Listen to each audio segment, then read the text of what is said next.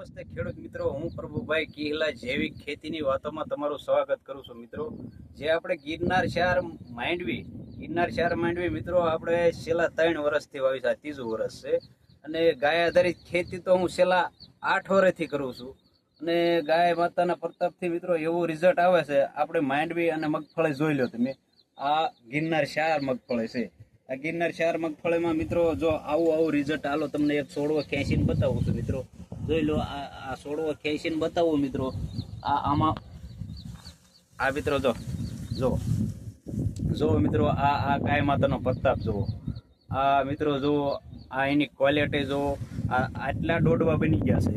હજી તો મિત્રો આ માંડવી માત્ર 55 થી 60 દિવસની જ આ માંડવી થઈ છે. તોય મિત્રો જો આટલા આ જે દોડવા એટલા બે ગયા હોય, જોઈ લો મિત્રો આ દોડવા. અને આ એક જ છોડવો છે મિત્રો. આ એની ડાળાની સંખ્યાઓ જુઓ, આ ડાળાની સંખ્યાઓ જુઓ મિત્રો. અને ગાય આધારિત ખેતીમાં મિત્રો જો આ માટેની ફળદ્રુપતા જુઓ, આ માટેની ફળદ્રુપતા જુઓ. આ મિત્રો ગાય આધારિત ખેતી કરવી ને એટલે આવી માટેની ફળદ્રુપતા થઈ જાય.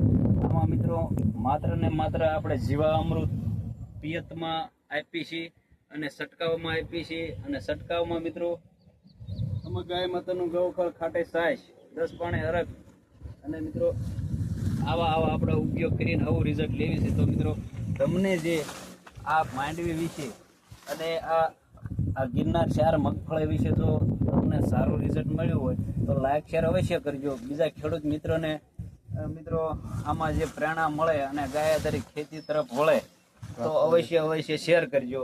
મિત્રો જો સામે આપણે જે આ જીવામૃત બનાવવાનો પ્લાન છે, એટલે માનો કે ઘર આંગણે ખાતર બનાવવાનો પ્લાન છે મિત્રો.